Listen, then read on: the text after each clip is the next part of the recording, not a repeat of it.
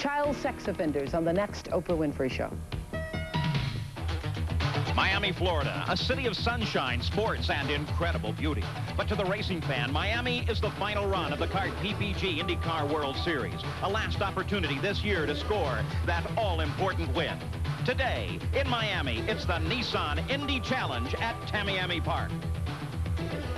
This race is always filled with surprises. In the inaugural run 3 years ago, Emerson Fittipaldi and Mario Andretti crashed on the start of the race, taking Roberto Guerrero to the wall as well. None of those drivers were injured.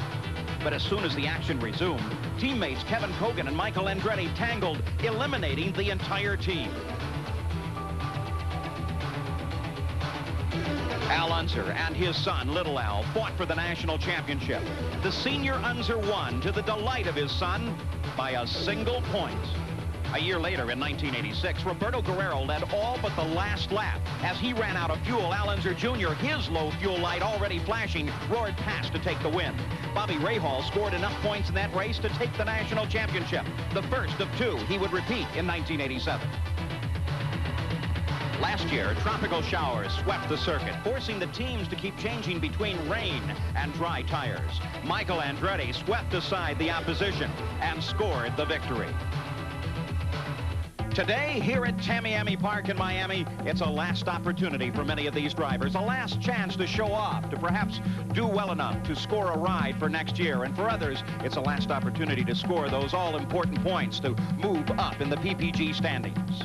The Nissan Indy Challenge is being brought to you by Nissan Cars and Trucks, built for the most important race of all, the human race. By Xerex, the antifreeze coolant for extreme conditions. By Pert Plus, shampoo plus complete conditioner in one, so you just wash and go. And by Pennzoil, the motor oil that gives you world-class protection. At Tamiami Park in Miami, Florida, just off the Tamiami Trail, the IndyCar drivers, 26 of them, are strapped in their cars and ready to go racing in this, the final opportunity of the 1988 season. Danny Sullivan is ready to go. Let's go down to the starting line. The USA Championship Auto Racing Teams and Miami Motorsports. Gentlemen, start your engines.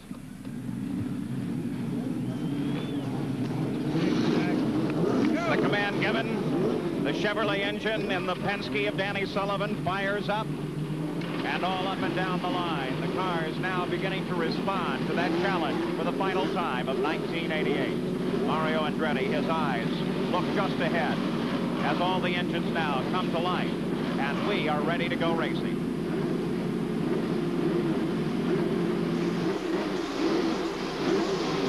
Each driver alone with his thoughts now, and ready for that final run. So we're set and ready to go in the final race of the 1988 IndyCar season.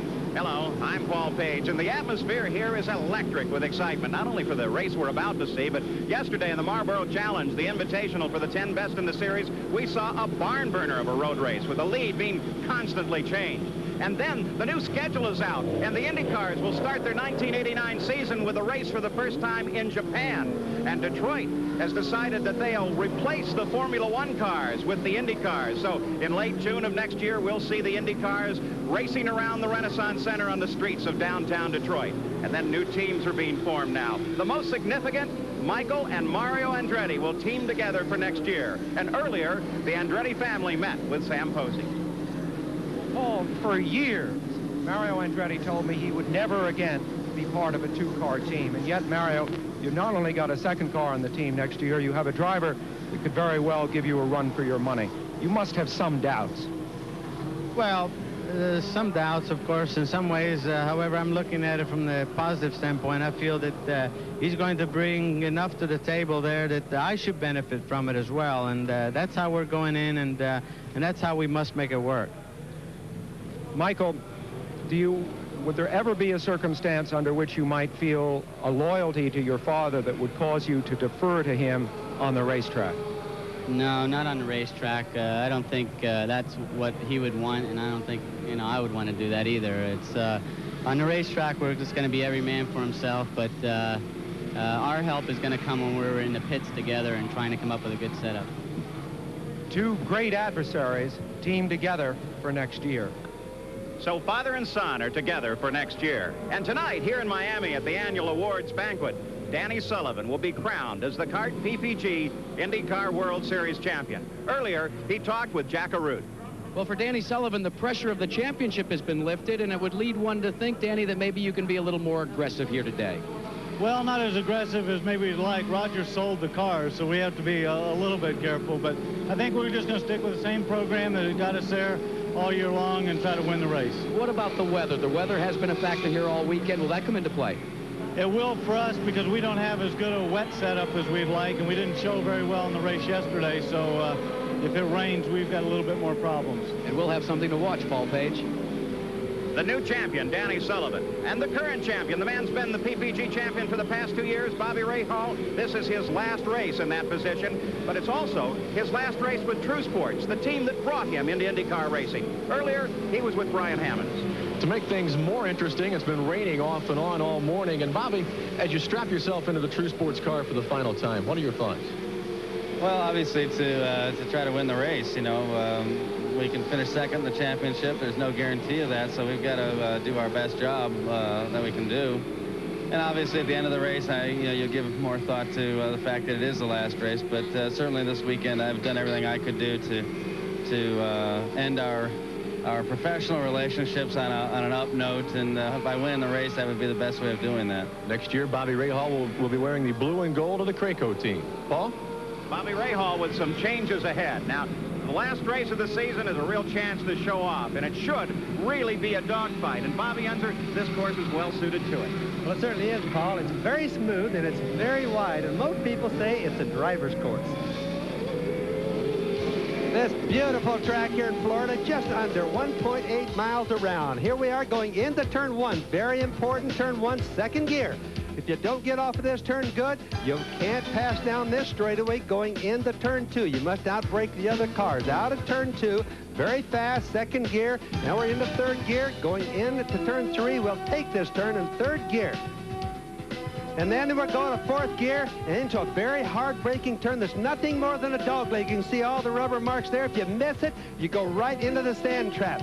Right around turn four, then into turn five. Fast, fourth gear turn. And out of turn five, little short straightaway. Setting up for turn six.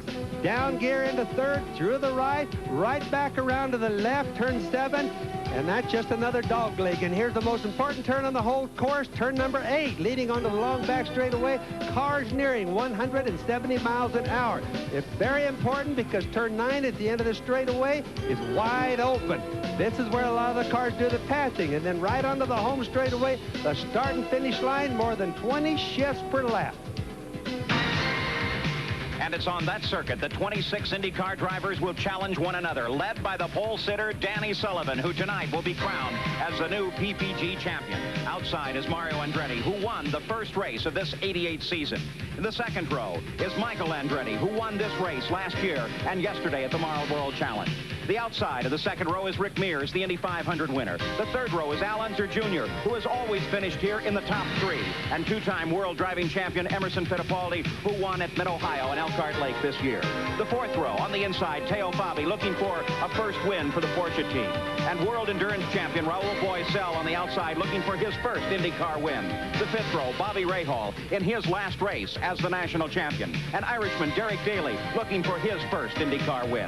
The sixth row, Arie Luyendyk of Holland, he has never won. And Didier Tays of Belgium, who next year will go to the Frank Arciero team. The seventh row is Kevin Kogan, who needs a good finish here to secure a ride for next year. And John Jones, who has already been declared as kart's Rookie of the Year. The eighth row is Scott Brayton, who will move to Dick Simon Racing next year, and A.J. Foyt, the winningest driver in the sport of IndyCar racing. The ninth row, Rocky Moran and Ludwig Heimrath Jr. The 10th row, Roberto Guerrero, who last won at Mid-Ohio in 1987, and Howdy Holmes to the outside. The 11th row, Randy Lewis and Super V driver Dennis Vitolo in his first IndyCar start.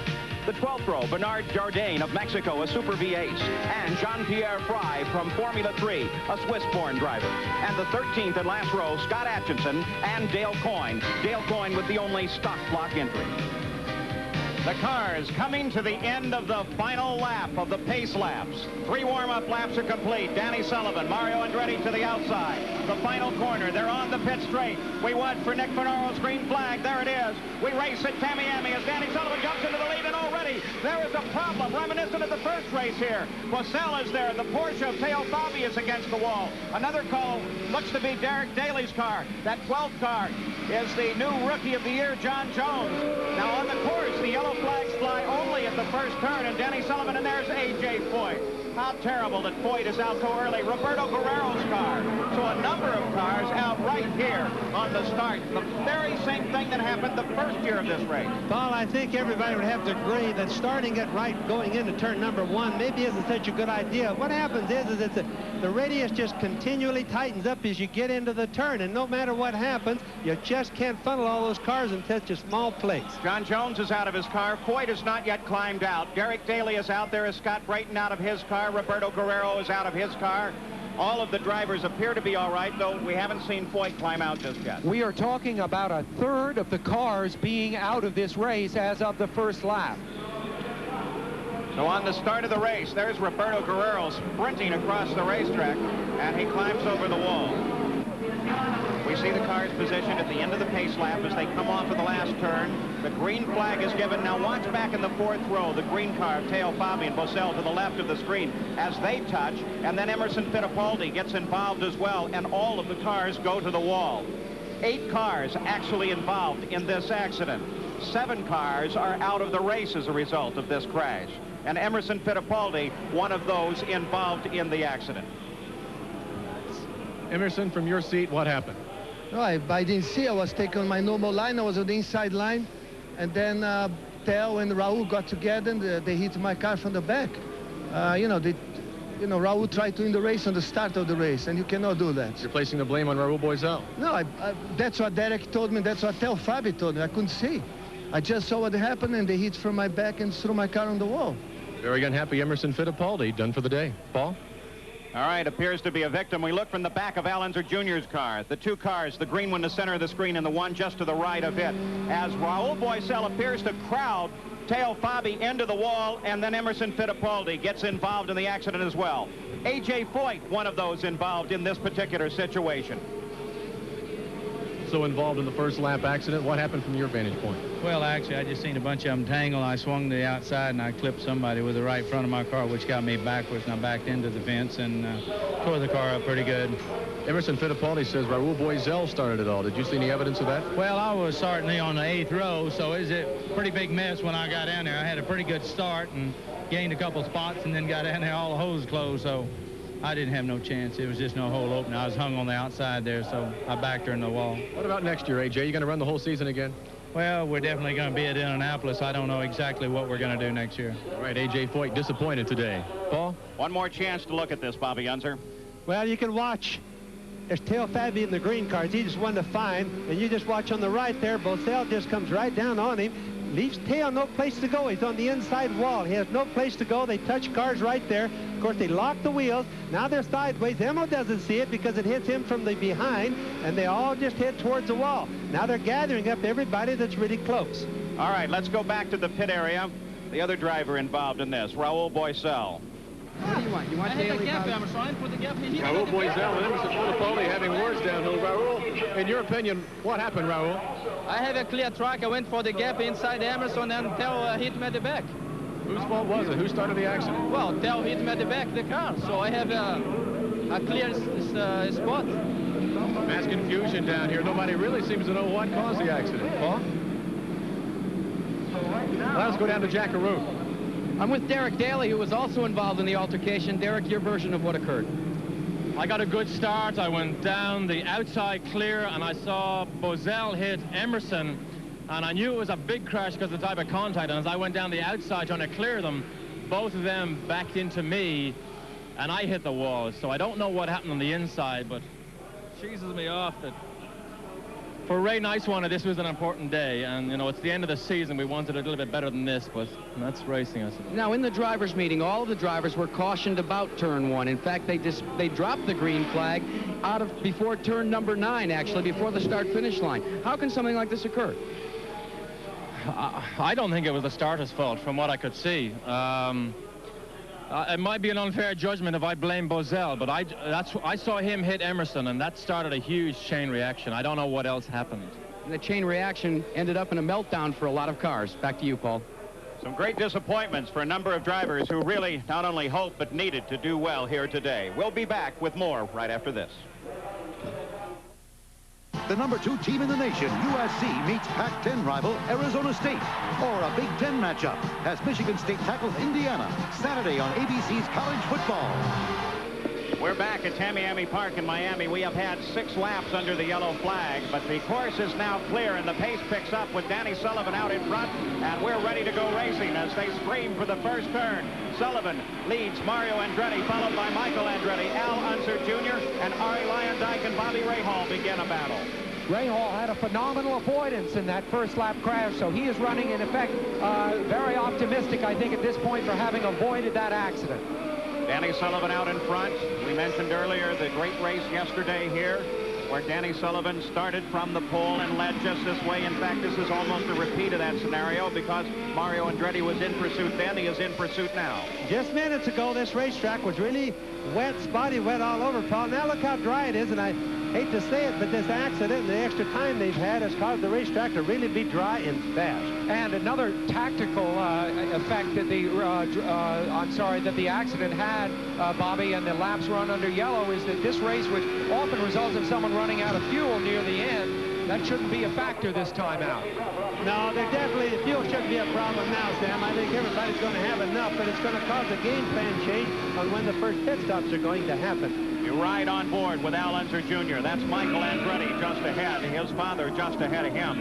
You saw earlier John Jones climb out of his race car, his car involved in that first lap altercation, actually on the start. He is back in the car, and the number 12 machine of John Jones is running on the course. Out in front, it's Danny Sullivan.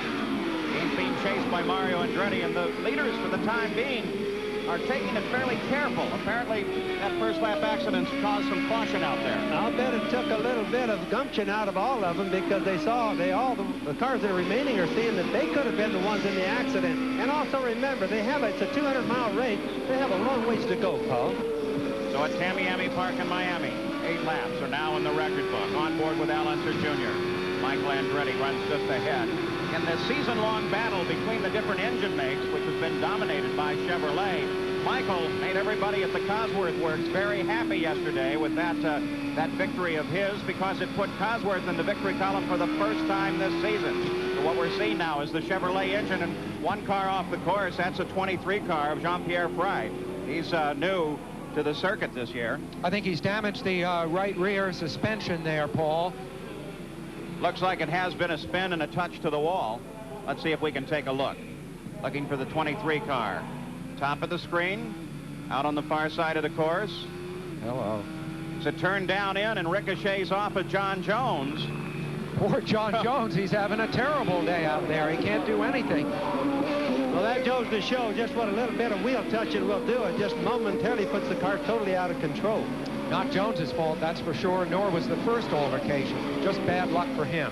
Well, you know, you see it in motion pictures so often. Car comes in and touches one another. You do it in one of these open wheel cars, Bobby, and you're just liable to go into a takeoff position. Well, for certain, sure, especially if the tires just don't totally match up. If you hit a front of one guy's tire with the rear of another guy's tire, it's just totally a different change of direction, and the steerings are so sensitive. You're going to yank the steering right out of the guy's hand, Paul. Back at the front of the field, it's a 3-car battle for second place now. Danny Sullivan is the leader. Mario Andretti is being hotly pursued by his son.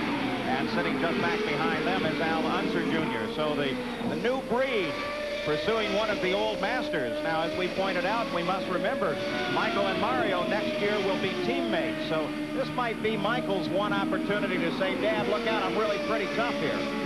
Well, I think Mario already knows his son is pretty tough. You know, at this time last year, I said I thought Michael was the finest driver in kart racing. And this year, I think there have been too many good men, including certainly Sullivan and Mario and Rick Mears and the others, to make that distinction. But Michael still is as good as there is out there, and he's going to be very tough for Mario to have on his team next year.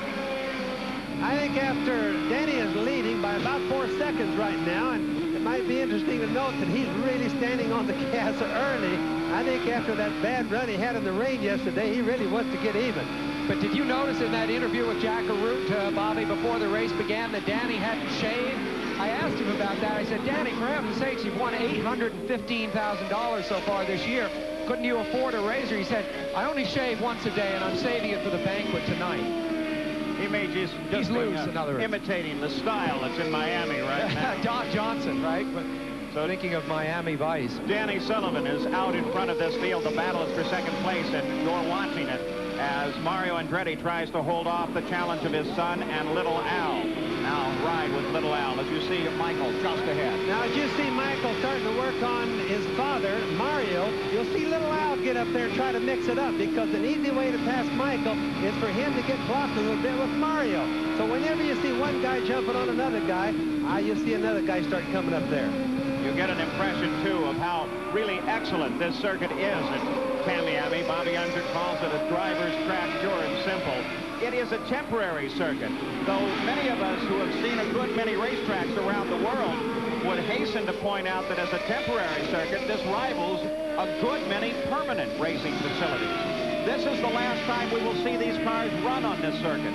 Next year, there is no IndyCar race scheduled here in Miami, and what they intend to do is move the race probably as an early in the season race, March, perhaps even February, and run on the downtown circuit right along Biscayne Bay that has been used for the IMSA cars over the past several years. Michael right now is inevitably making a comparison between the horsepower of his Cosworth and Mario's Chevrolet, which he will have in his car next year. And it may be a little bit bittersweet for Michael, because really the Cosworth is giving very good account of itself right now against the Chevrolet. Well, Michael, after all, has a very special Cosworth engine. It's the new experimental Cosworth. It is supposedly the leading edge of the technology that Cosworth is going to use to respond to the Chevrolet Challenge of this year. Danny Sullivan is our leader, followed by Mario and Michael. We'll be back.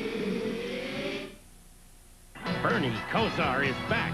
Cleveland's star quarterback leads the Browns in a key battle against division rival Houston on ABC's Monday Night Football tomorrow. We're back at Tamiami Park in Miami as you see the battle for second place. Mario Andretti, Michael Andretti, Unser Jr., and that's Rick Mears just a few hundred feet back as they work their way around this circuit. That's the long straight, the fastest section of this course, and believe it or not, this turn that they're heading into is a flat-out turn for the Indy cars. If you lift there, somebody's going to catch you and pass you. So now they close down on slower traffic just ahead, and you can see how the slower car alters the line of those around, and then the slower car just moves out of the way. But Michael Andretti begins to close up now, under braking in that corner, and begins to challenge even closer at Mario's back door. Well, it certainly is. That's one of the best second-place races we've seen this early in the race. But remember, there's no real... Somebody's smoking real bad on the front straightaway, Pop. There's no real reason to take a big risk right now, so therefore second place is still owned by Mario. The car Bobby noted as smoking was John Jones, who looks like he's having a turbocharger problem. The battle is still for second place. There's John Jones, who has had one dismal day here at Tamiami Park. Perhaps the only good note of the day is tonight he'll receive a $50,000 check, becoming Kart's Rookie of the Year. Yeah, he has a good future, John Jones. They finished 7 out of the last 10 races. That team has, the Orsiero team, so I can imagine they would dearly like to finish this one. And here is Michael Andretti. Tries to get inside his father in the first turn, but Dad shuts the door down. Now this turn closes down very quick. You can make that run at him, but you got to be awful careful, and you got to know when to get back out of there. Well, when you get under a car going to turn 1, you better be up alongside of him, at least so he can see you, Paul. Otherwise, the guy in front's going to squeeze you right down, very much the same way that we had at the start with Raul Bosale. Mario Andretti runs in second place, but Michael Andretti is right behind and knocking on the door, trying to get past his father. We asked Mario earlier, we said, racing is tough. Does winning make it all worth it? I derive so much satisfaction out of winning. I mean, to me, it's just a statement of everything. You know, it's just, I feel like I can, it just brings something out in me, just a confidence level, well-being that is so wholesome that I feel it's really worth driving for. You know, it's worth doing whatever sacrifice you have to do and whatever it takes to get it done. But it's that important. And as I say, I think I still can bring enough to the table to do that. And now it becomes a real challenge in the sense that a lot of people don't expect me to. And so there's some more satisfaction when I get it done.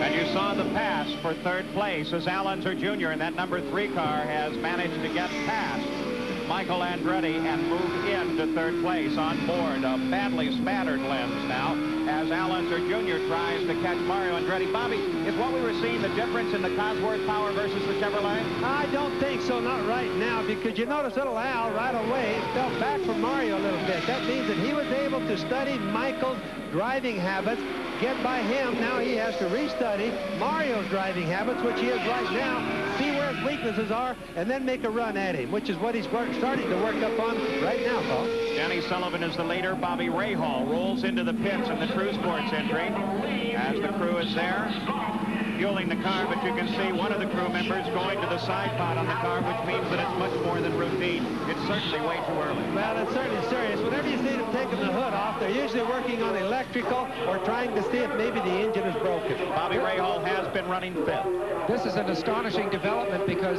Rahal's car has been the most reliable car of the year, finishing 13 out of the 14 races up to now. To see him in the pits with serious mechanical trouble is amazing. That's a Judd-powered machine, one of the other engines in the series. You can see the battle for second place.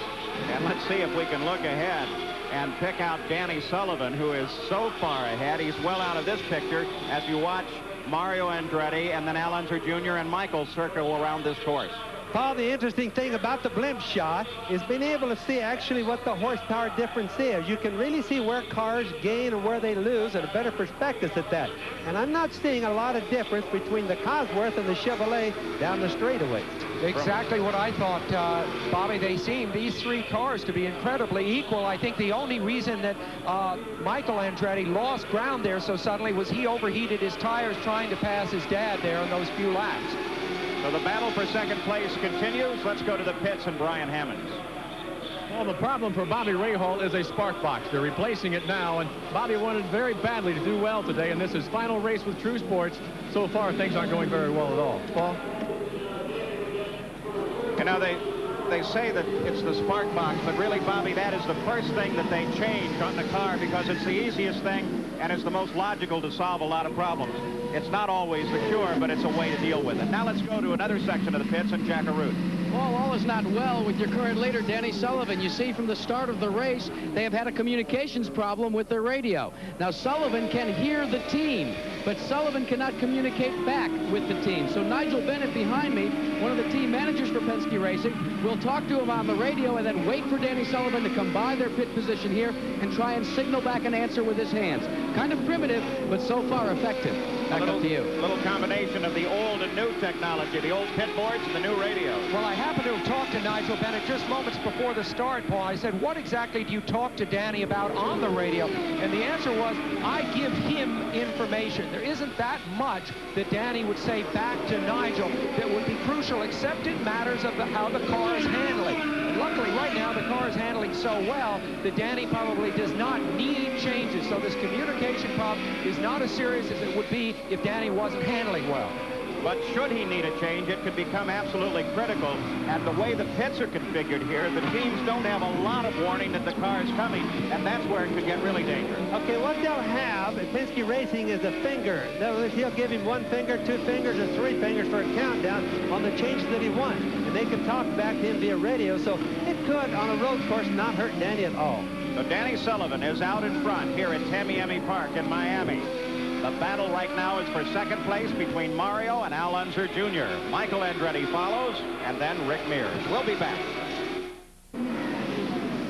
The Goodyear airship Enterprise floats lazily over Tamiami Park, giving us some really magnificent shots. There you see the first turn down below you of this wonderful circuit at Tamiami, the final race of the 1988 IndyCar season. Danny Sullivan, who has already been determined to be the series champion. He'll be crowned tonight here in Miami, but actually wrapped the championship up 3 weeks ago at Laguna Seca. The battle is for second place. Michael Andretti has dropped a bit back. He is now being challenged by Rick Mears. It's a fight for fourth place. Michael is fourth at the moment. Rick Mears is charging, and Ari Lyondike is there as well. So a nice fight developing here. And Al Unser Jr. continues to keep station at the back of Mario Andretti, who is currently running in second place. So several battles on this circuit now, to the delight of the race fans here, who were concerned this morning about the possibility of showers sweeping through this area. We certainly remember last year where we started with one condition and changed to sunshine and then back to rain. Rick Mears is really being challenged by Ari Lyondike. And for Lyondike, this is a very important day. Never won with an Indy car. He's been out in front. He led in Phoenix at the first race of the season. He'd sure love to go out of this season with a victory to give to his team to really pump everybody up for next year. And look at him blow Rick Mears away as he got touched. Yeah, Mears has been having trouble in the last 2 or 3 laps with the rear end of his car sliding out much too much. We call it oversteer. We call it a loose condition, and that left him vulnerable to Lyondike, who, as you say, really needs something right now at the end of the season. He's only finished 1 out of the last 9 races. He started the season well. He really needs some momentum now. So Lyondike takes his position forward, and look at him go around Michael Andretti. So Ari Lyondike now moves into 4th place, and Rick Mears comes around Michael as well as Michael comes down to the inside. Yeah, Paul, remember when we talked, Michael slowed down going into the pit. There's Danny into the pits also. But remember what we said, that is the driver's racetrack. Let's go to the pits, Jackaroo. It was an exchange of 4 tires for Danny Sullivan. He came in and it looked to be a normal pit stop. Maybe a tad early, though, but as we alluded to before, there wasn't a change in strategy due to those early race caution period, and it may come into play later in the race when they stretch this one. Now let's update you on the condition of Michael Andretti's car. We've got a report that there may be a broken clutch or a clutch problem on the car. They're lifting the bonnet on Michael Andretti's car now, and there is indeed a problem. Back to you. Well, whenever they take the cowling off of the engine, something is serious. Michael stays in the car. There is not a lot of quick movement around the car, and remember, if they do have to reach in there, it is incredibly hot. All of the heat that has been radiating through race conditions off of that engine. It's so hot in there, Paul, you can't touch anything, but the race is right back up here, still in second place. Little Al still working on Mario really hard now. This now a fight for the lead with Danny Sullivan making his stop. Mario Andretti on the 26th lap picks up the lead, but now is being challenged by Al Unser Jr. Al Unser Jr. drove a beautiful race here yesterday in something called the Marlboro Challenge, a sprint race, and almost won that thing, but tangled with Michael Andretti right at the end. The point was that as the track dried yesterday, it was wet to begin with, Little Al's car handled better and better and better. And I think we're going to see exactly the same thing happen today. The track is now fully dry. He's got the bit between his teeth, and he may be the second fastest car on the track. Sullivan is still, in effect, dominating the race, even though he's pitted. Mario leads it. Let's go to the pits, and Brian Hammond. Well, son, Michael is out of the race. Michael, what's wrong? Broken clutch. What are your feelings? Your last race with this team, I know you wanted to do well. Yeah, I really did. I would have liked to have gone out with a win. We were looking good if we would have hung in there for the points yet. You know, now if Rick Mears stays in there, we're going to lose another position. So it's a shame. Next year, you have a lot to look forward to. Yeah, I'm looking forward to it for sure. I can't wait. Unfortunately, Michael Andretti is done for the day. Paul? So Michael Andretti adds his name to a rather impressive list here in the early going of the race with that first lap accident. We had Roberto Guerrero, A.J. Foyt, Scott Brayton, Derek Daly, Raul Boisel, Teo Fabi, and Emerson Fittipaldi out as Danny Sullivan comes back into the pits. Bobby Unser. That's a serious deal.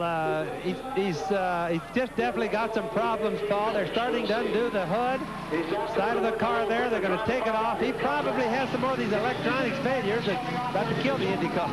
No one this year has been able to win more than 2 of these IndyCar races in a row. Sullivan, Little Al, Emerson all gave it a try, and obviously Sullivan desperately, dearly wanted to win 3 in a row, and now he can't.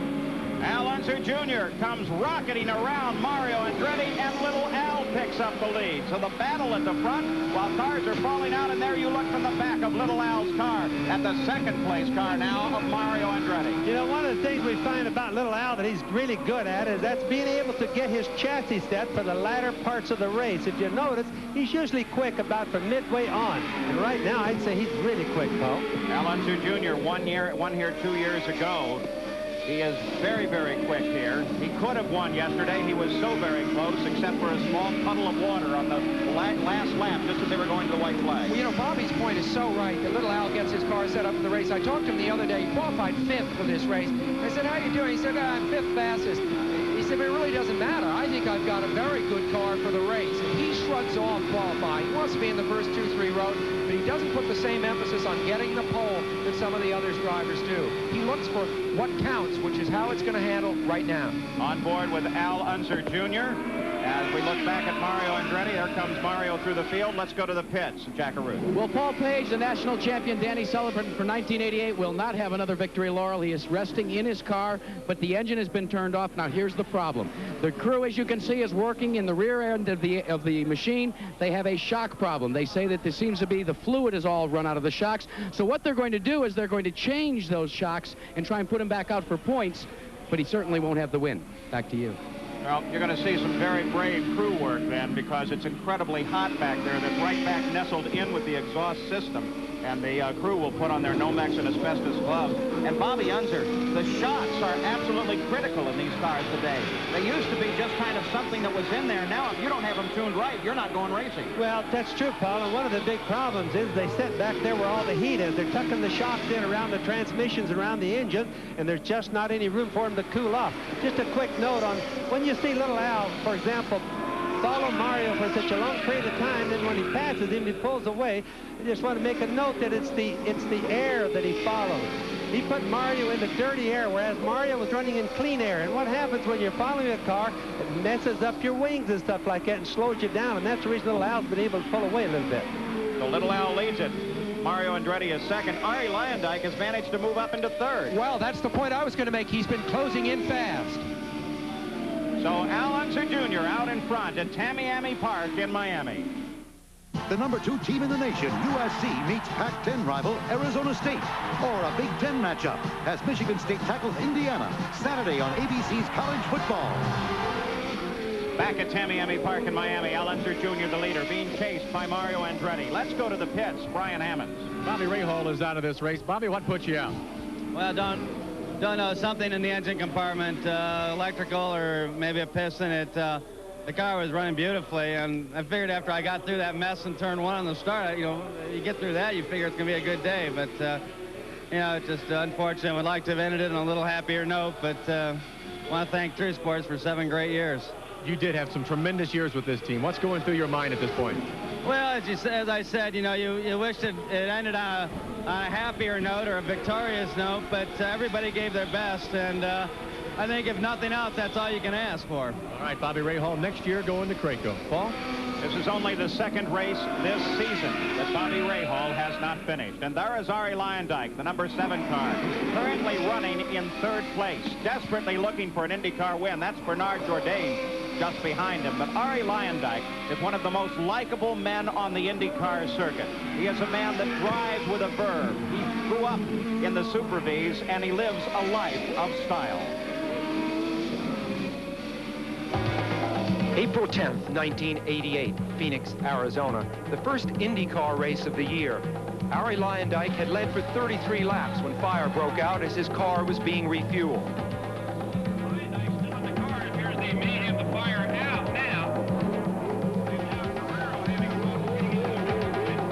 But thanks to his quick thinking and athleticism, he was unhurt. More than miles separate the track at Phoenix from Ari's home in Brookfield, Wisconsin, a suburb of Milwaukee. Ari likes to keep his professional life at a distance. There's a 3-year-old IndyCar stashed away under the tarp and a prized Ferrari in the garage for Ari.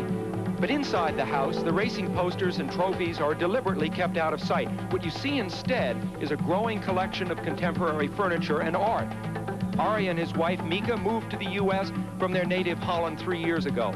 Their daughter, Maida, was born in June, and they have a son, Ari Jr., who is 6.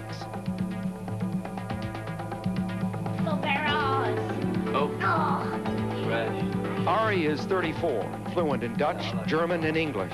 He and Mika first became interested in art and design 3 years ago. Well before that, they had an eye for fashion. We just like to, you know, we're what we think nice clothes. Maybe not everybody else thinks so, but we're both into fashion and into clothes, and that's just something we've always done. Ari Jr. so far doesn't want to be a driver. He says the cars are too loud. But his dad didn't want to be a driver either until he was 18. Since then, his commitment has been total. Well, IndyCar racing is a very physical sport, and you have to be in good shape, so I kind of push myself to go to the club as much as often, as much as possible, about 4 times a week. And it's work, but at the same time, it's a form of relaxation to be at the health club and work out. When Ari Jr. was a baby, Mika had a job, and Dad looked after his son. Now it's Mika's turn. When you have a newborn baby, then it's difficult. No, it's more difficult then because I think I have to stay home sometimes. But staying home for a member of the Lyondike family isn't so bad. In fact, to them, it's a luxury. Ari Lyondike running in 3rd place, comes in for what should be a routine and scheduled stop. Bobby Unser, you anticipated that the stop properly should come on lap 35, and that's exactly where we are. Well, that shows he's right on course, and that's a good sign for Ari. Now remember, this is the Cosworth against the Chevrolet. So just a quick note, Paul, explain the difference when you talk about the new Cosworth engine. It really means a bore-stroke ratio changing. What they're doing is shortening the stroke, turning it more RPM, therefore getting more horsepower to the wheels at a higher RPM. And there's the leader of the race, Al Unser Jr., as he screams on to the stretch. Al Unser Jr. picked up the lead from Danny Sullivan after a charge up through the field. Little Al actually started in 5th place. Another driver making good moves is the 22 car, Didier Taze, who has managed to move up from 12th up into 5th place prior to a stop that he made just seconds ago. Obviously, Sullivan's shock absorbers have been changed. He's back in action. We're seeing him right in front of Little Al, ironically taking up the position he was in roughly before he had that long pit stop. Well, the physical position perhaps, but in terms of the race, Danny Sullivan has dropped all the way back into 14th position and lags the leaders considerably. Al Unser Jr. out in front. Mario Andretti is in 2nd place, about 7 seconds back, followed by Rick Mears, then Ari Lyondike, then Didier Taze, who we just mentioned, and Kevin Kogan in the 11 cars, right now in 6th place. You know, an interesting note on Danny isn't so much that he wants to get back in the race as far back as he is because he's used to winning, and of course this year. But what it is, it's Roger Penske. That shows the dedication to wanting to race. He'll just put a car back in there no matter how long it takes to fix it. You know, the complexion of this race, though, changed so early on with all of the cars out on that starting accident. Guerrero, Foyt, Brayton, Daly, Boesel, Bobby, Fittipaldi, Fry, Rahal, Michael Andretti all out of the race as Rick Mears comes into the pits. And Rahal being reported out now. Well, when you have that many cars out, I think I'd keep a car in and running even if it was only on 6 cylinders, Bobby. Oh, no question about it. But to Danny, that has to be a real bad letdown after just becoming the national champion here just 1 race ago. So it's just showing that Roger Penske is so dedicated to winning. And back into the action, Rick Mears, as Peter Parrott and his crew takes over the action there. Rick Mears back in. And here comes Ari Lyondike, currently running in 3rd place. And the leader, Al Unser Jr., now heads for the pits as Little Al comes in for some service from the Gallus crew. Let's go to Brian. Al Unser Jr. is in. He came in hot under braking. They just brushed some standing water out of his pits to make sure that he could get a good stop. 4 new tires, a full load of fuel. Little Al throws the water bottle away. Now he's waiting, still waiting for the go-ahead sign. The fuel load is out, and Little Al is back out on the track. Paul? Absolutely routine. You see the pit time there as Little Al heads back onto the circuit. Both the entry and the exit of the pits on this circuit is part of the curve, so it's difficult to make both an entry and an exit. In fact, you have to be very careful. We have had some pit spins on the pit roads. Well, you certainly can. The surface changes as you come out, and if the driver gives it just a little bit too much gas there, he'll bust the car right loose. You know, as we see Little Al driving around, for once, his wife, Shelley, is not here to watch him. Here's Mario here. Shelley is back in Albuquerque, about to give birth to their 3rd child. So our best wishes to Shelley there. I hope she's watching this because her husband is giving very good account of himself today. Mario Andretti picks up the lead with the stop by Al Unser Jr., and Al drops back into second place. Ari Lyondike, surprisingly though, maintains his third place position, and Rick Mears, who you saw stop just a moment ago, maintains fourth place, followed by Didier Tays, Kevin Kogan, Bernard Jourdain, Super VAs. We've seen him drive some great Super V races this year. The driver from Mexico City is up and running in seventh place now, followed by Rocky Moran and Ludwig Heimrath Jr. Yeah, the guy that's really going fast so far is, of course, Ari Lyondike, who started in 11th place, 11th position here, Paul. I don't think anybody really paid a lot of mind to him, but occasionally, when they get that car right, he really goes fast. And today, I bet he's making all these other drivers out there really wondering what he's doing. Mario is really hungry, I think, Paul. His last victory was at Cleveland back in July. Last year, he had 8 pole positions. This year, none. The first year since 1978, Mario has not had a pole. This race could mean a lot to him. Mario Andretti leads the race now. That's Bernard Jourdain just in front of him as Mario works his way around the circuit at Tamiami. We'll be back. Back at Tamiami Park in Miami, Mario Andretti is the leader of the race in car number 6 as Mario heads down the pit road for routine service. Perhaps not so routine at this point in the race as Mario comes down the road, brakes to a stop. The Carl Haas, Newman Haas crew is there, ready to go to work on that machine. Well, let's just see if they do anything else, Paul. So far, it looks like a total standard pit stop. Let's go to Jack Arute. And probably the only thing, gentlemen, that was unstandard about it is the team had elected to bring him in 3 laps prior to the time that he presented the car on pit road. He's off and away, and it's stalled. But then it is refired again, but he is just coasting, and this is costly for Mario Andretti as he tries to wend his way back out into the racetrack. But this, after a brilliant pit stop, will cost him dearly. Back up to you. Finally, the engine picks up a bit of power, and Mario chugs his way out of the pits, but Al Unser Jr. most certainly roared past him that time and took the lead again as Mario comes in off of the schedule, doing what he has done many times before, and that is staying out after the crew has said, come on in. Well, obviously, he's going for an awful lot of gap between the pit stops, and they have a strategy that maybe we don't understand right now, but it'll start unfolding pretty quick. You know, more than the other drivers, I think Mario gets a reaction out of the crowd as he drives around this track. There's a big crowd here today. It's a beautiful day suddenly in Miami, and I think Mario will see that crowd waving him on. He's very, very popular here, certainly as much so as Emerson Fittipaldi, who actually lives here, or any of the other drivers. The leader of the race now with Mario's pit stop is Al Unser Jr. in the number 3 car. It was the most exciting road race we've seen in years yesterday as 10 of the best in the sport fought for the richest per mile race in the world. The conditions were unbelievable, but it made for some unbelievable racing as Danny Sullivan on the pole with his teammate Rick Mears led the field of the 10 finest drivers in IndyCar racing to the green flag. Sullivan jumped to the lead, followed by Rick Mears, but Mario Andretti was charging up from 3rd place. Andretti forged to the lead, getting past Sullivan. The two began a battle.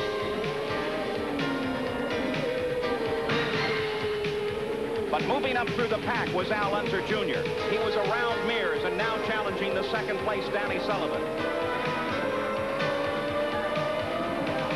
Past Sullivan. Now, Little Al set his sights on the leader, Mario Andretti. Once Al Unser Jr. had closed in on Andretti, Andretti felt the pressure. Approaching the backstretch, Andretti applied just a little too much power. The back end came around. Al Unser Jr. locked the brakes, avoided the spinning Andretti, and moved into the lead, followed by Danny Sullivan and Michael Andretti. Michael then closed on Little Al and began a battle that we'll never forget as the two fought all the way around this trying circuit. Michael forged to the lead, only to be immediately challenged by Little Al. On the pit stops, most of the drivers had moved over to dry tires despite puddles on the race course. Little Al took the lead back from Michael. Michael challenged once again. The new breed had definitely arrived at the top of the order as these two young drivers struggled with one another lap after lap. Then, approaching the white flag, Al Unser Jr. saw his chance, darted to the inside, but hit a puddle of water. The slick tires lost traction. He slammed the wall, and Michael Andretti went on to see the checkered flag. Al Unser Jr. was not injured.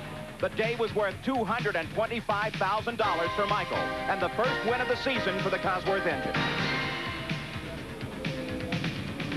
A better day yesterday for the Andretti family as Mario Andretti has just pulled off the course in turn 9. Let's go to the pitch, Jackaroo. And Paul Page, this right here may have indeed been the problem for Mario Andretti. When he came in, he stalled his engine. He had to get it back up to speed. That's a fuel management box. They use them here with the electronic fuel injection, et cetera, on these cars. But what happened is they think that maybe the box malfunctioned, the computer chip within it. They had hoped to get him back to pit road where they could exchange the box, but such is not the case, so it's all over for the entire Andretti family today. Back to you. Well, Jack, the view that we saw of Mario Andretti still had him in the cockpit, perhaps with a host of a tow-in. So with 45 laps complete of the 112-lap schedule, Al Unser Jr. is back at the top of the order, followed by Arie Luyendyk. We'll be back. Vote 88. Special coverage, Tuesday. Well, there's Mario Andretti, dejected. Both the Andrettis out of this race, both of them running at the front of the field. Mario with a mechanical problem on the car has climbed out and now becomes a spectator here at Tamiami Park. Al Unser Jr., who has won here before, leads this race now, followed by Arie Luyendyk. There is little Al in the number 3 car out in front of this field. Second place, Arie Luyendyk. Rick Mears runs in 3rd. Taze runs in 4th. And Kevin Kogan runs in 5th. Action here at Tamiami Park. Next Saturday, ABC's college football is a Pac-10 battle. The Trojans of Southern Cal take on the Arizona State Sun Devils. Or, in a Big Ten matchup, the Michigan State Spartans meet the Fighting Hoosiers of Indiana as they try to keep their bowl hopes alive. Check the local listings for the game in your area. Action begins live at 3:30 Eastern next Saturday on ABC Sports. Little Al out in front of the field. Bobby, you got to be feeling good about it. Oh, it certainly is. I think he is. I think the whole crew. There's Johnny Jones back in the pits again. He's obviously got an engine blown there.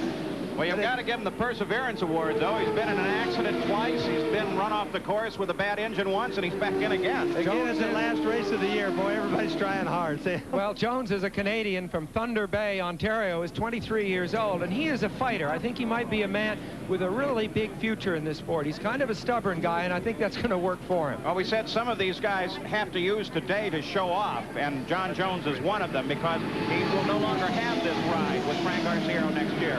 Didier Taze will take over this car, and John Jones is afoot and looking for an opportunity to find a ride. You can see he still perseveres. He's going to stay in that car. Taze, who incidentally is currently running 4th, so he's got a very big future ahead of him too. And as we see little Al out there, you know, it's the end of the year, and you start to think, what are these men going to do in the off-season? Well, of course, there's a lot of testing, there's a lot of business. But little Al told me the other day he's going to go out to the Kona Coast in January for a little deep-sea fishing. And interestingly, that's where Bobby Rahal is headed next week, out for a little golf along the Kona Coast of Hawaii. So these men are all headed out for a little sun and relaxation, but it'll only be, of course, a small part of the winter season for them. But after an 8-month season, they do need a little rest. Yes, because indeed. When they're not driving in front of the public, they are testing constantly. Al Unser Jr. out in front. Luyendyk 2nd. Rick Mears runs in 3rd place. Well, John Jones, you saw him a moment ago, there he is again, is competing in a most satisfying season in his rookie year in the Indy cars. Sam Posey looks closer at this young Canadian. His name is John Jones, and he is as purposeful and direct as his name suggests. Born in Canada, in Thunder Bay, Ontario, Jones at 23 has the self-assurance of someone much older, perhaps because he has achieved so much already. He has raced in Europe. He has won the IMSA GTO Championship, and 3 weeks ago, he became this year's Kart Rookie of the Year. You know, the big thing that I wanted to accomplish coming in was just to get a lot of miles on my belt and try to get a learning curve going. You know, it was a big step forward and a big step up for me, so I wanted to get in and get established, not make any mistakes early on and, you know, sort of get labeled and really is learn as much as I can and go to all the tracks. And I think we've accomplished all those things plus right now. And, you know, I'm very pleased the way things have gone, and it's a matter of just keeping that going for next year. Jones drove this year for the Arciero team, which traditionally has shown a flair for discovering talented young drivers and putting them in the spotlight. Their last 2 drivers each won Rookie of the Year honors at Indy. The team's strong suit is reliability. They came into this race having finished 7th out of their last 10 races. It's an honor to win, and it's something you only have one chance to win. So, you know, I'm very excited about getting the rookie honors, and I think it's it's very good for the team because it shows how hard the guys worked with me and the reliability was there. And I think, you know, that really was the big factor for winning is that I was at the end of the races all the time finishing, maybe not on the lead lap, but I was there at the end and getting some points and getting all the experience. So it's a real tribute to all the fellows on the RCO team. The team's owner is 63-year-old Frank Arciero. Born in Italy, today he heads a California-based construction company and owns a winery. While most car owners prefer experienced drivers, Arciero enjoys watching a young driver mature. Listen, the older driver, they have the mindset. And you can, so my dad used to say, you bend a tree when it's young, you can't bend it when it's old, you break it. And it's just that attitude that has enabled the team to showcase Jones's ability. But from here on, he's on his own. This year was a year to try to learn, adapt to everything, and just to learn the kart atmosphere. Next year, I think there'll be a lot more pressure because now people have seen, you know, I've stepped in and I've got the first bit over with. Now I have to prove that I'm capable of running up front and, you know, trying to win some races down the road. So, you know, next year there's that added pressure to continue on in the learning curve I'm going in to move forward. Pressure indeed, but after all, it's the way a driver reacts to pressure that determines how good he'll be. And Arie Luyendyk with a plume of vapor at the back of his car. Looks like his run in second place has come to an end. What a disappointment for Arie. He was really doing so well, running in second, and certainly in competition. Well, he's running a Cosworth engine, as we mentioned earlier, but the thing about that is they're turning those things a lot tighter. They're turning those things like up around 12,000. You got water coming out of the exhaust that you see right there, which means that he broke the engine apart inside. Let's go to the pits, Brian Hammonds. Well, I'm with Dick Simon, the car owner for Arie Luyendyk. What's the problem? Arie just broke something in the drivetrain, and we're not sure at the moment. We'll find out as soon as we get the car back here. Dick, you just retired as an active driver a couple of days ago, but as a car owner, you were running second and fourth. You still have Didier Taze in fourth place. You're doing pretty well at this new job. Yes, actually, Arie and Didier are both trying to run to finish. I feel very bad because with second and fourth going strong and some piece let go, we're not sure on Arie's car, but it gives a hint of where we're going to be next year. You know, with two cars in the top four here this far into the race, that makes me pleased, but I'm sorry that Arie broke. Dick Simon never quite won a race while he was driving an Indy car, but he may win a race as an owner. Paul? So Arie Luyendyk falls out of the race, gives second place up to Rick Mears, which brings Didier Taze up into third place. And Dick Simon did indeed announce that he is quitting as an active driver. He did that on Friday night, to the disappointment of many. So Unser Jr. is out in front of this field, now followed by Rick Mears, who's managed to get his car back into the action. We'll be back. I'm Al Michaels. Join us Monday as the Cleveland Browns head into Houston to take on the Oilers. It's ABC's NFL Monday Night Football, the only way to kick off your week. High over Tamiami Park in Miami. You look at this wonderful temporary circuit from the Airship Enterprise. Captain Dick Ash, stationed down here in Florida, floats over the circuit, giving us some good competitive shots, give you a good relationship of some of the battles on this track here today. It is Al Unser Jr. that is out in front of this field here, being chased now by the Penske car of Rick Mears, who had handling problems early in the going, but apparently Peter Parrott and the Penske crew have cured those problems. But still, Rick Mears is a full 33 seconds behind the leader, Al Unser Jr. Third place is Didier Taze, then Kevin Cogan, and then fifth place is Rocky Moran with the best run of his life. Let's go to the pits, Jackaroo. And Paul, we've stumbled upon a very unusual story that occurred on Friday to this man, Owen Snyder, who is the crew chief for the Valvoline team. And Owen, while you were practicing, you had a real close call. Yeah, we were staying out there in the first practice session, and God, I felt something hit my foot, and it stung pretty hard. You know, it stung for about 5 minutes and didn't really think anything of it. We were running, you know, working with the car, and I got back to the trailer and, you know, looked at my shoe. There's a big hole in my shoe, hole in my sock, big weld on the side of my foot, and I got talking to the other pit guys, and you know, one of them picked a bullet up that was laying in our pit, and you know, we got to talking to one of the policemen that was working on the pits, and there was a shootout not too far away from the track, and they figure it was a stray bullet that got away and just happened to hit me in the foot.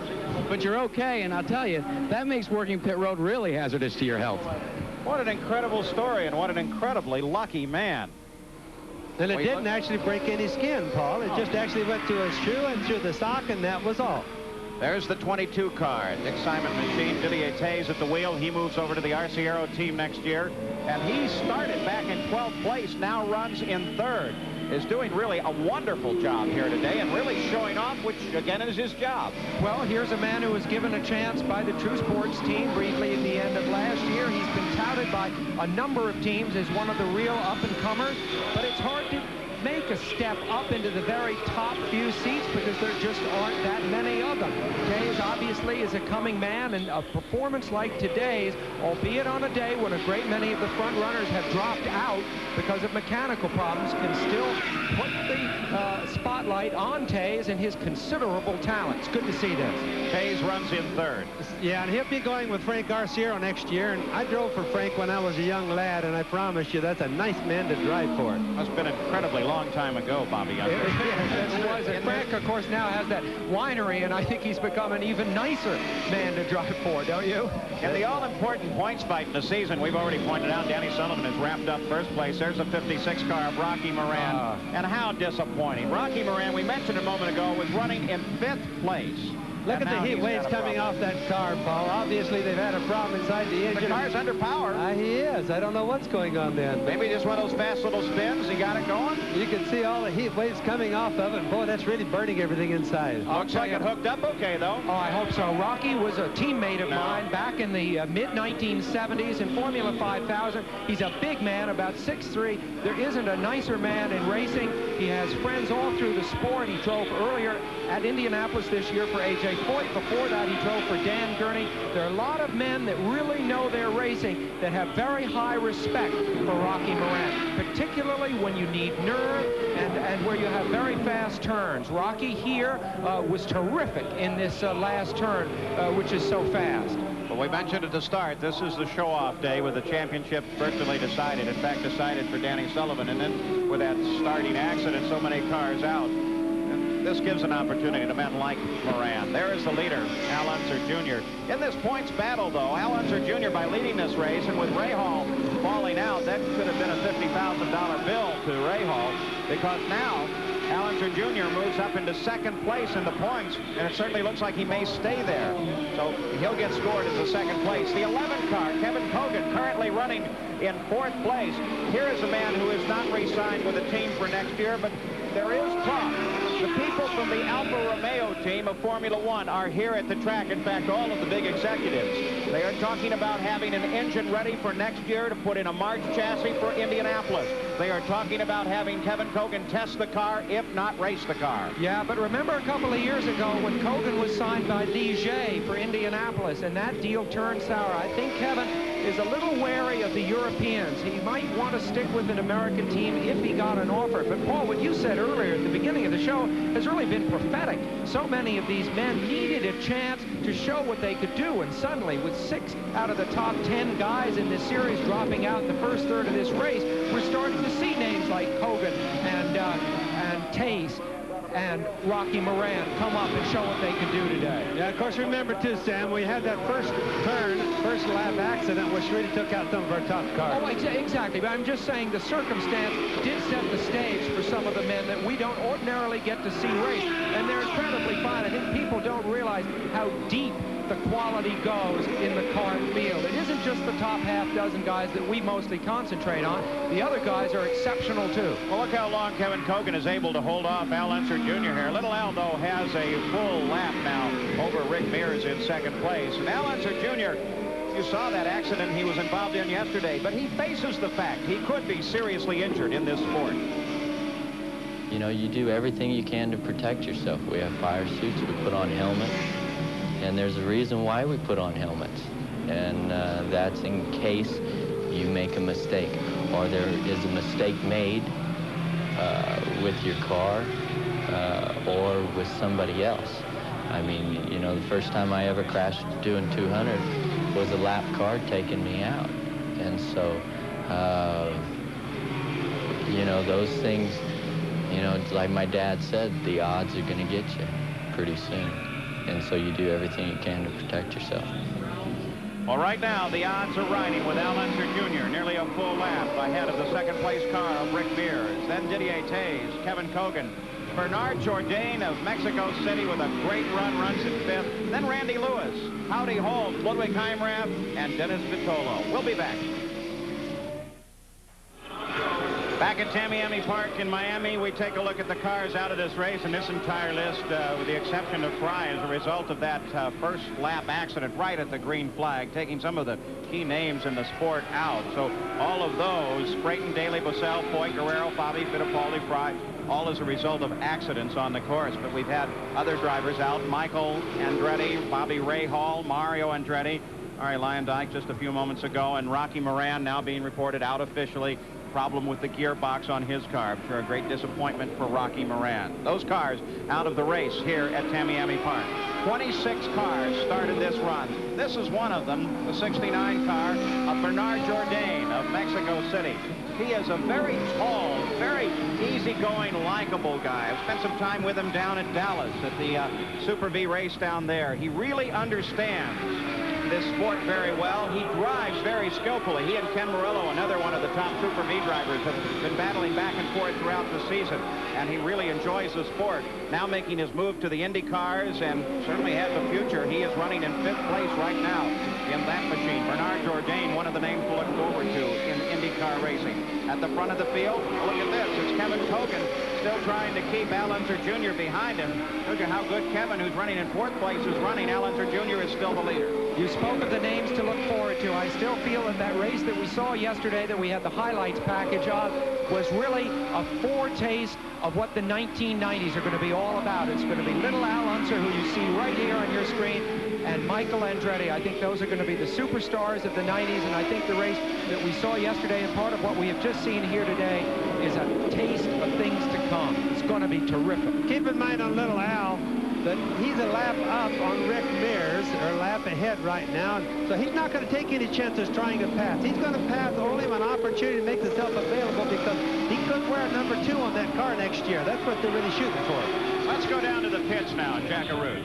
Well, another man that we'll certainly see a lot from in many years to come is Arie Luyendyk. A great season, Arie, a tough way. What puts you out?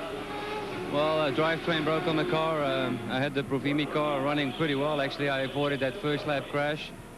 I got a little lucky there. And then I had to settle in, but as the race went along, I was getting better and better, and I think I could have held on to that 2nd spot easy. And who knows, Lady Luck will be with us a little bit more next year. You know, all year he's been close, but as they say, close only counts in horseshoes and hand grenades. Back to you. Arie Luyendyk out of the race. Al Unser Jr.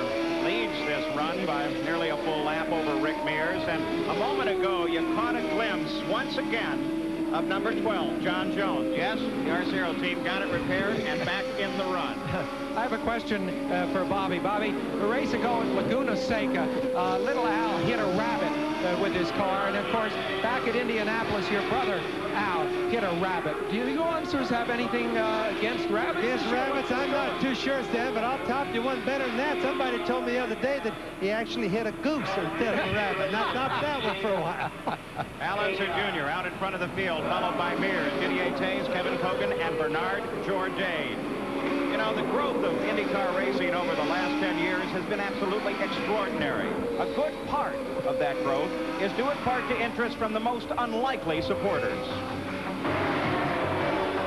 A decade ago, when CART began with Gordon Johncock's win at Phoenix in 1979, corporate involvement was small. The total purse for that first season was $2.5 million. The attendance, 654,000. Only 21 sponsors were involved in the series. Today, it's 2.5 million attendance and a purse of over $15 million. It's easy to understand why some sponsors are attracted to the Indy cars. Automotive-related products are a natural. They always have been. And the breweries have always supported sports heavily. But the Indy cars attract some pretty unlikely sponsorship candidates. Take pizza. Why is Domino's Pizza involved in the Indy cars? In 1982, Domino's was known by about 8%. Since that time, it's changed quite drastically, and we're using it as a marketing tool to increase sales, and that has really allowed us to broaden the program and include all of our associate sponsors, which we are doing now with Coke and Mobil and Honeygram Checks. Domino's goes so far as to set up portable pizza parlors at the races. They also sponsor the CART Kids, tours at each race for disadvantaged children. So it makes sense for Domino's. But a union has no over-the-counter product at all. We do have a product. The product is the workers, men and women who are members of our union. It's an image-building tool. It lends itself to a great deal of pride through our organization and our 900,000 members.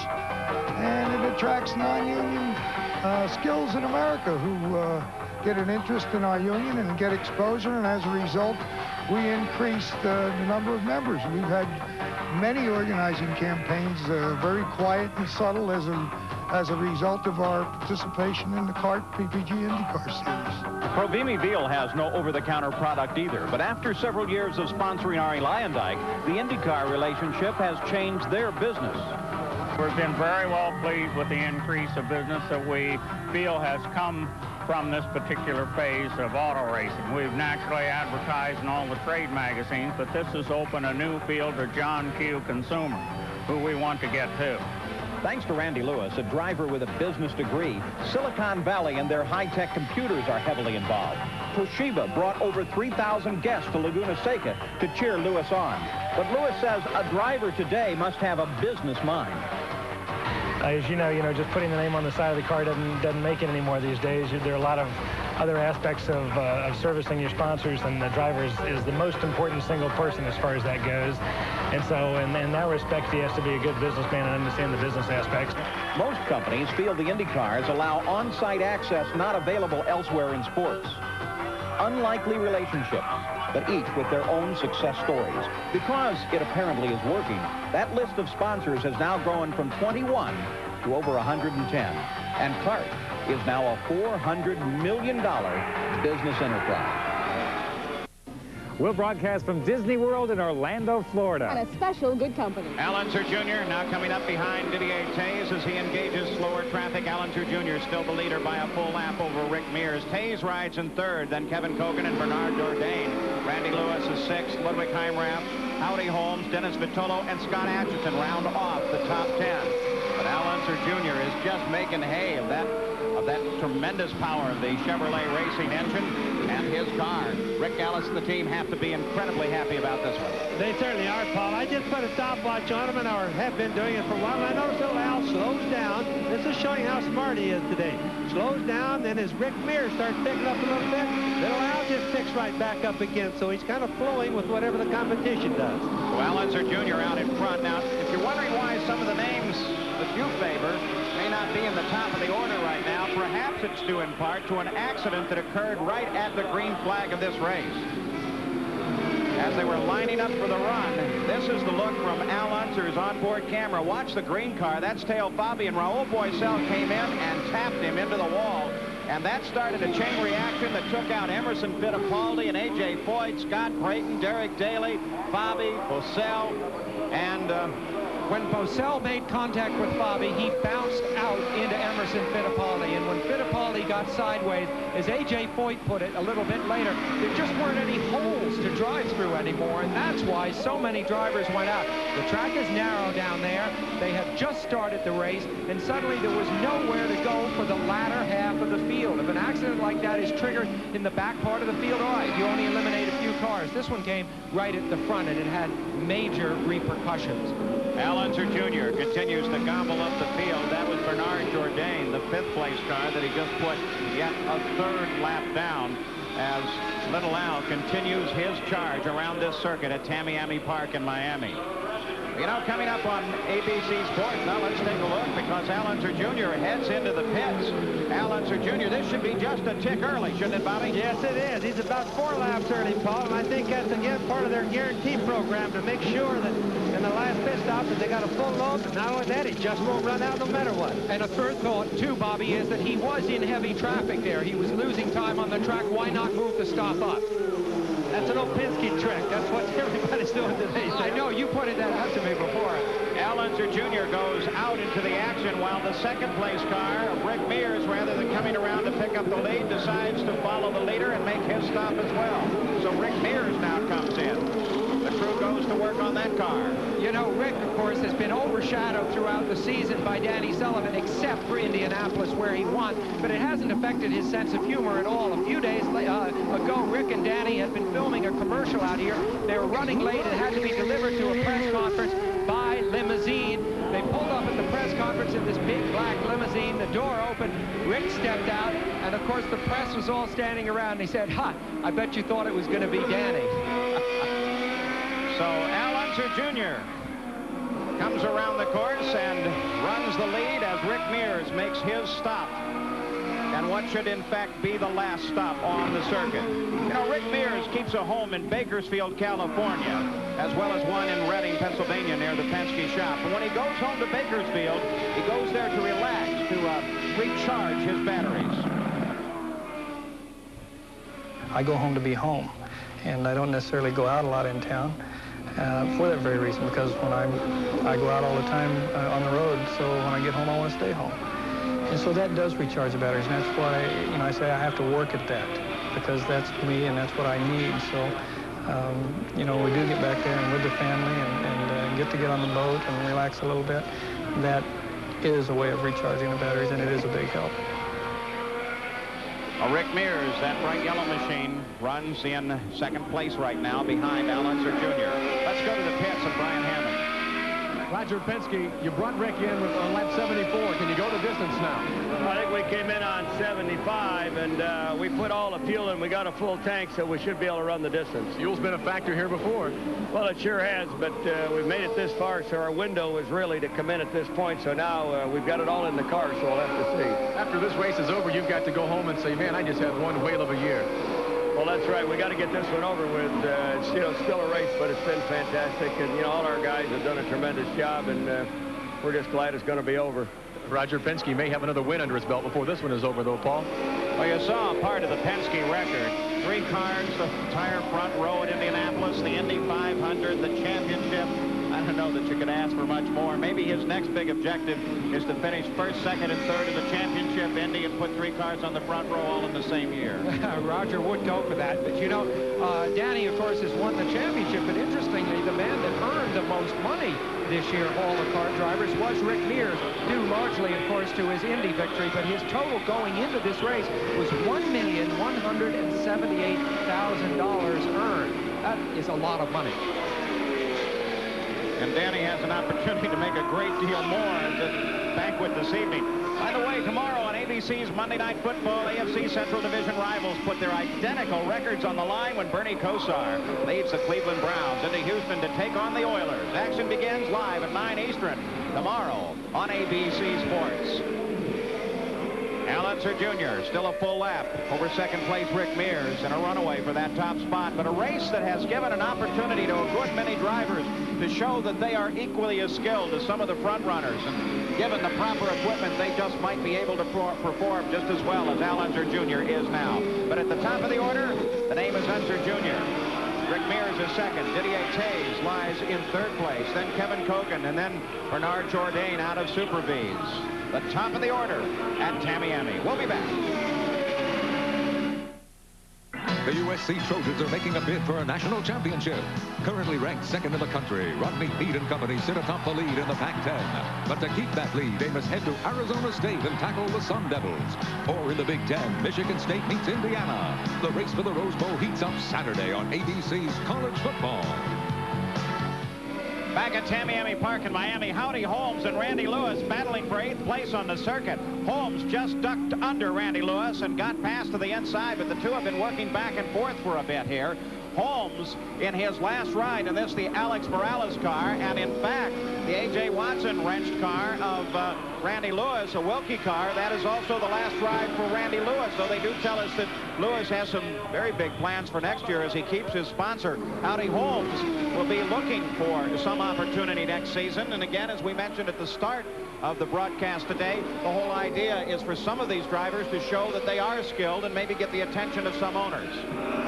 Well, they do. This is the race. This is the race, but they better get the attention. Otherwise, they have nothing left this year, and they're all out selling. This time of the year, it's budget time for all of them, Paul.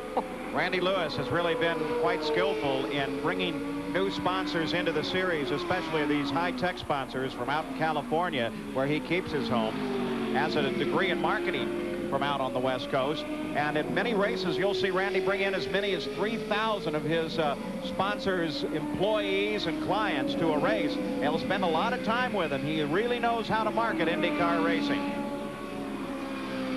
I think what we find with Randy Lewis sometimes is he's really good on business, but he hasn't been doing quite as well as racing, but he is trying to get a better car and a better team all the time. 112 laps, the scheduled distance, 91 are complete. The average speed is well down owing to the problems at the start of this race.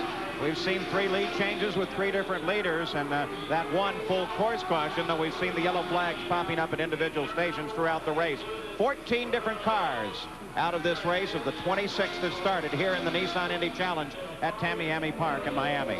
There's Ludwig Heimrath, currently running in 7th position. He's run 8 races this year. He's had some dismal luck. If he finishes today, this will be the 2nd race of the season he's actually run through to the finish. Yeah, and he's in one of the Ron Hemmelgarn cars that has one of the last teams, Paul, or one of the few teams that has 2 cars left running. It's really hard for a guy to run 2 cars these days. Not everybody can run as efficiency and organization as Penske does. Very difficult, but Ron Hemmelgarn does a pretty good job. We've made so much, of course, about the sons of famous racing drivers. Ludwig Heimrath is himself the son of Ludwig Heimrath Sr., both Canadians. Ludwig Heimrath Sr. was a crusty old road racer about 10 years ago, and Ludwig Jr. here, I think, has a lot of talent, but he definitely needs a little bit better car. You know, there's a question that rather consistently comes up as to whether or not a race driver is an athlete. We decided to take a look at whether or not drivers could be considered athletes. What is an athlete? The ideal would seem to combine strength with agility and stamina. At least, that's the way the dictionary defines an athlete.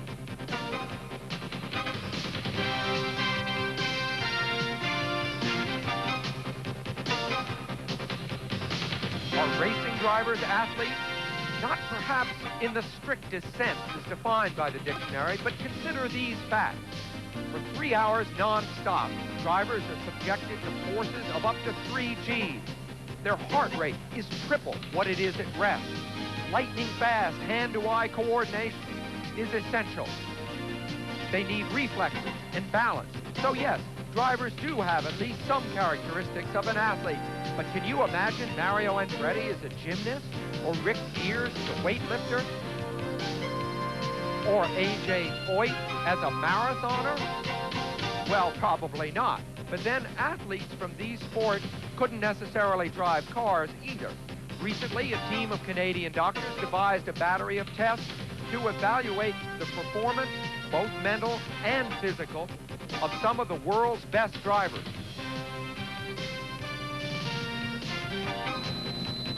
And how did the drivers do? If I were to speak with regard to the personality and psychomotor variables, I have no reservations whatsoever in comparing them to other athletes.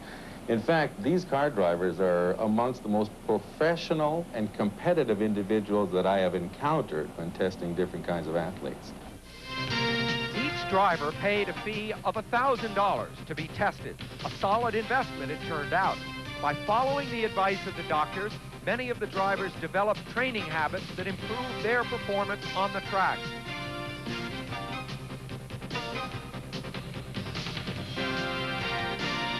A driver's athleticism will probably never be something we see like this, but it is there, and with it, a very special mental attitude. Attitude with regard to taking controlled risks, to being able to push the car and himself right to the boundaries of control. Some individuals are not prepared to do that, nor do they possess the mechanical aptitude and skills to manipulate and fight a car for 2.5 to 3 hours. In some instances, in many instances, other individuals are simply not motivated to risk life and limb in that type of a challenge. If they don't possess that desire, that challenge, that motivation, they're not going to be successful. They do not have the determination that they require to be a successful car racer. Good afternoon, I'm Al Troutwig in New York. Just a short time ago in the celebration of sport known as the New York City Marathon, the fastest man was Steve Jones, a 33-year-old Welshman who missed the course mark by only 7 seconds. Shortly after he crossed the finish line, Greta Weitz claimed her unprecedented 9th New York City Marathon title. In that women's race, American Joan Samuelson collided with a small boy who was attempting to deliver water to another runner. She recovered and courageously finished the race to finish 3rd. That's it from New York. Back to Miami. Unser Jr. is on an afternoon drive on a park in Florida. Only the drive is at a casual 104 miles an hour. He's been averaging a tick over that for the past several laps as he absolutely dominates the run in the Nissan Indy Challenge. Rick Mears is in second place, a full lap down with now just over 5 laps to go to the conclusion of this run. This broadcast is being produced under the authority granted by championship auto racing teams for the private use of our audience. Any reproduction of this broadcast in any form without the express written permission of championship auto racing teams is expressly prohibited. Unser Jr., he has won here before. He is battling not only to win the race, but to move into second place in the points for the PPG Cup, which is worth an additional $50,000 to him tonight. Bobby Unser, he's doing it with spectacular abandon. Well, he certainly is, Paul, and I think a lot of the reason he does is their engineer that they have working for them, a guy from England by the name of Alan Mertons, and the capabilities that they have to communicate together. They're almost like father and son or brothers or whatever. They're just so close you can't believe it, and it's certainly made a successful team out of the Gallus team this year, or at least helped.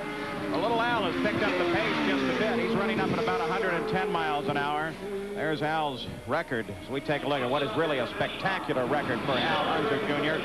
Danny Sullivan, you may remember, had dropped back to 14th place, and then they came into the pits, did some work on the shock absorbers, and Sullivan has been working his way carefully, slowly, without a great deal of spectacular movement. But still, it's been forward, and he is up now running in 5th place in the field and actually running laps faster than the leader. Well, you know, earlier in the race, Paul, I started to talk about the season this year. You know, I think last year, Michael Andretti really stood out in my mind as the driver of the year. I think this year, however, so many drivers have excelled. Sullivan, of course, Mears, Rahal, both Andrettis, Al Unser Jr., Fittipaldi. No single driver, in my mind, has established clear-cut superiority this year. It was sort of a crossover between the more experienced men and the upcoming younger drivers like Michael and Little Al. I think next year is really going to tell the tale. I think we're going to see the emergence of a new super champion, and I wouldn't be a bit surprised if it isn't Michael Andretti or quite possibly the man who is leading the race right now, Al Unser Jr. He is certainly a driver, if not the driver of the future. Well, the yellow car that you watch from the view overhead from the blimp Enterprise is Rick Mears. Now you get a good view of him up close. He just worked his way around Kevin Kogan, who is running in 4th place, putting Kevin another lap down. But still, Rick Mears is a full lap back behind the leader, Al Unser Jr.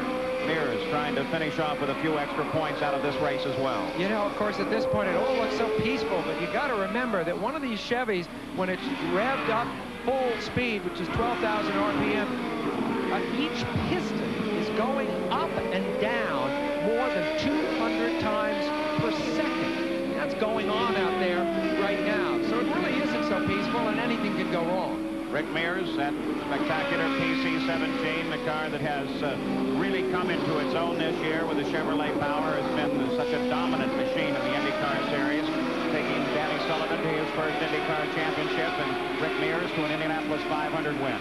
There's Kevin Kogan just behind, and Bernard Jourdain. Kogan currently runs in 4th, Jourdain currently runs in 6th, but look how close the leader is behind them. Just ready to put them all yet another lap down as he holds all the cards in this race. Well, he's got a 49-second lead. They're showing him actually the lap left ahead of Rick right now. So what they're playing for, what they're hoping for, don't run out of fuel, don't break anything. Go easy on the clutch, shift it nice and easy, and that's what Little Al's been doing for quite a while now, Paul. Al has begun his last lap. We'll remember that he won this race, taking the win away from Roberto Guerrero 2 years ago on the very last lap when Roberto Guerrero ran out of fuel and Little Al rocked past. Now, that shouldn't happen here today. Shouldn't is always a word in auto racing one has to be very careful with using because of the long period of yellow, over 7 laps of yellow at the start of the race. But still, it's not over until that checkered flag flies. Yet Al Unser Jr. appears to be about ready to wrap up the 1988 IndyCar season with a win at Tamiami Park in Miami.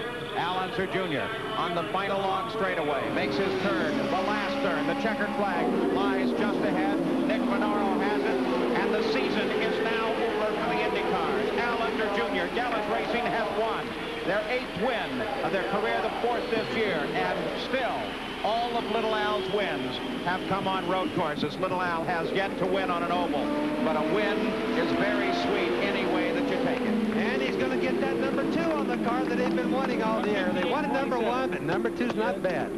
Well, Al Unser Jr. came to the Gallus team after a change last year, going away from Shearson. It has been a most successful endeavor, and it has really paid off for Al Unser Jr., the winner in the Nissan Indy Challenge. We'll be back.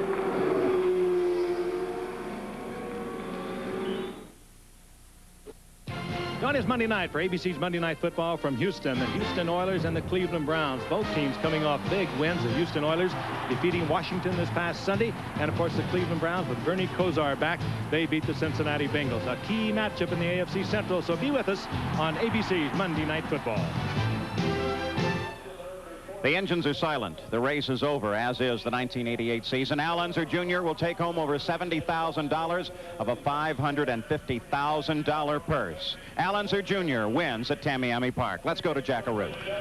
Well, Al Unser Jr. is taking his helmet off, getting the congratulations of his crew chief, Owen Snyder. Hey, you got number 2 for next year, and a great win, a great way to end it, Al. Yeah, it was. I tell you, I got to get my helmet off. Okay. Owen Snyder, a heck of a difference from Friday when you were a little scared. How does it feel to bring one to victory lane? Well, we're all real happy. You know, after yesterday, he was right there, and you know, we finally finished one today, so we're right there. A big difference from that last lap yesterday. You had a lap on the field. Turn 9 was a little kinder to you this time. Yeah, it was a little bit drier today than it was yesterday. Any close calls at all today for you? No, not really. It was really a good race. The car ran good all day, and it was good. You know, we were pretty quick down the straightaway, which was really nice for being the March that I am. At the speedways, we're not that quick down the straightaway, but today we were quicker than Michael and Mario, and that's how I was able to get by them. So it was great. A lot of people said that this team would take a while to gel. It has certainly done that. It's got to give you great expectations for next year. Yeah, it does. I tell you, this team is. We're just starting. This is just the breaking through the door for us, and so we're going to do some better things next year. I want to say hi to Shelley. I wish you were here, babe, and little Al and Cody. I love you. Well, Unser Jr. may have won the battle, but the man that won the war this year is with Brian Hammonds. Brian? Danny Sullivan fell all the way back to 14th place today, came back to 5th place. You could have just, you're champion already. You didn't have to do that, you know. He takes off his balaclava. You didn't have to drive that hard today. No, but, you know, the guys, they give me as much effort in here as out there. I couldn't really turn it down. The car was great. I guess we really just wanted to prove what it could have been. And we want to see how far we could come back, and I think that proved it, you know. You were turning the quickest laps of anybody out there for a while. Yeah, it was, the car was handling perfect throughout. It didn't matter whether it was full or empty, except for that one lap just where we lost a nut. Danny, the season is over. You're champion. You're going to get a nice check tonight at the banquet. Can you relax now? Oh, I think so. I feel pretty good, you know. We didn't win, but I gave it my all at the last race, and so I can go away happy. Danny Sullivan 5th today, but champion for 1988. Paul? Danny Sullivan scores his first championship, certainly not his last. And with the run today, Al Unser Jr. locks up 2nd place, followed by Bobby Rahal, Rick Mears, and Mario Andretti. Then Michael, and then Emerson Fittipaldi. The Nissan Indy Challenge has been brought to you by Nissan Cars and Trucks, built for the most important race of all, the human race. By First Brands Corporation, makers of STP oil treatment. By the United States Army Reserve, be all you can be. And by Crest Toothpaste. Go ahead, show them your Crest best.